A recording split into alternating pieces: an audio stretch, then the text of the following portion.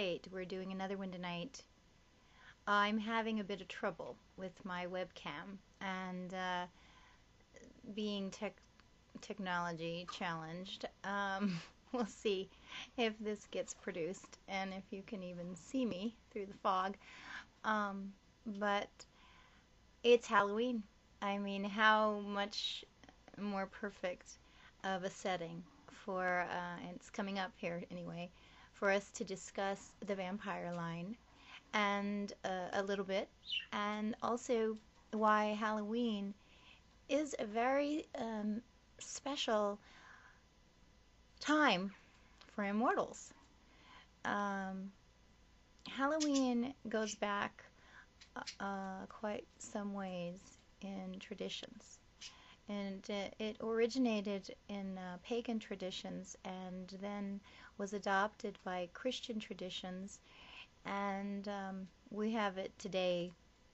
It's pretty much a fun holiday with candy and masks. But as Immortals, I think that, and you've expressed this to me in many of your letters, I think a lot of you have a natural affinity for the night. And there's some reasons for this.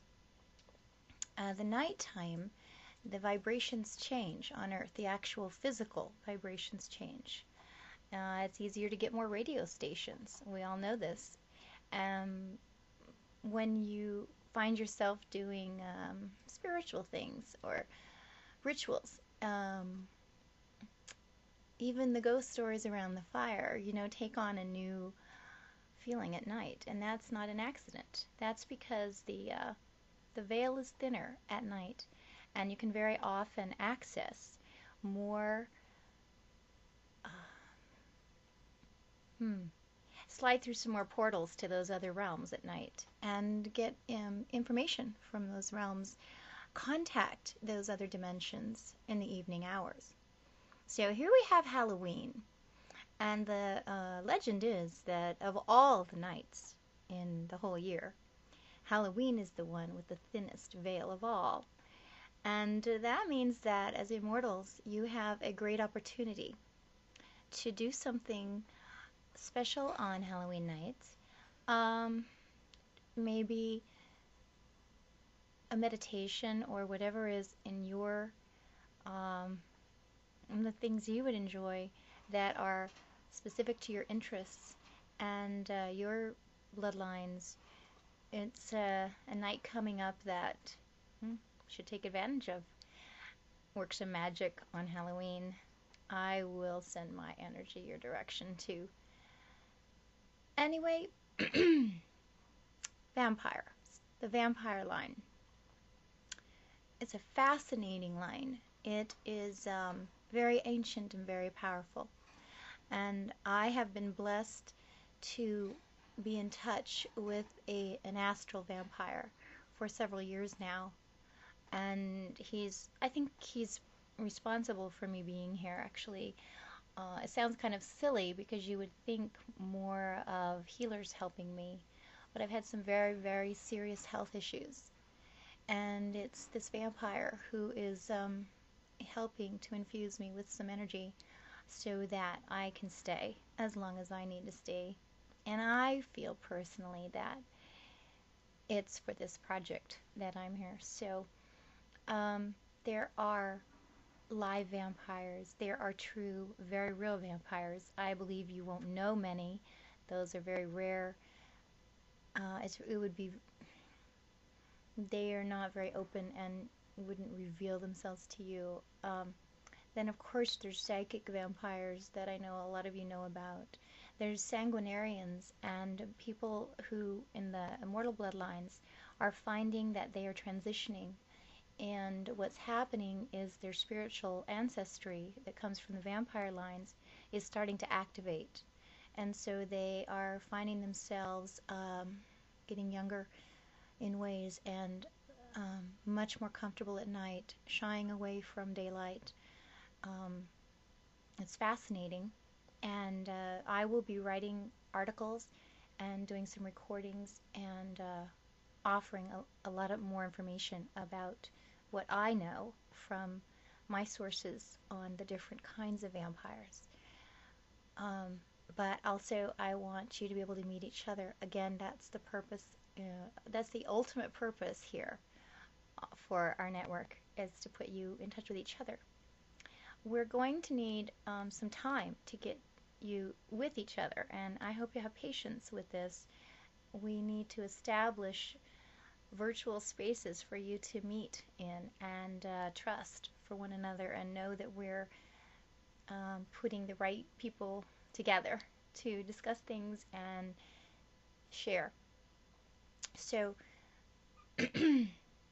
I know I'm just barely touching on it. There's just so much behind the vampire line. But keep in mind as well that these 7 immortal lines that we're going to talk about first are basic, and they have additional categories inside of them. There's elemental categories, and there's light and dark, and there's archetypal. So we're just starting at the simple part first, and I don't know, I just wish you all a happy Halloween. I truly believe in you, and I believe that many of you do carry the actual vampire lines, and I will continue to share what I can with you about this. So I'm encouraging you to please continue to communicate and pass the word along. I think that as immortals you have a gift to recognize others, other immortals, and everyone exists. A lot of the letters from you are expressing a feeling of aloneness, and it's very common. I want you all to know that you're all feeling very similar, and for a vampire to meet another vampire who maybe I have a letter, for instance, from the Netherlands and one from California, and it's a way that two people who might never meet could meet through this network. So it's very important, and also it's going to be important to learn from you, as those of you that carry the vampire lines, what you're going to be able to do for our world and what you're going to be able to teach us. It's going to be fascinating, and I'm looking forward to any part I can play in this for you. So we had to touch on that. We had to talk about vampires. I couldn't let Halloween go by without it. And werewolves, shapeshifters, lycanthropes, you're out there. And I have written to one who I believe is descended from lycanthrope lines. While werewolves may very well exist in the exact way that we see them portrayed, I cannot be sure, but I do know that shape-shifting lines exist, and they are going to have the gifts and the talents from those lines that are, and they're going to feel an affinity with anything about werewolves or shape-shifting into other forms.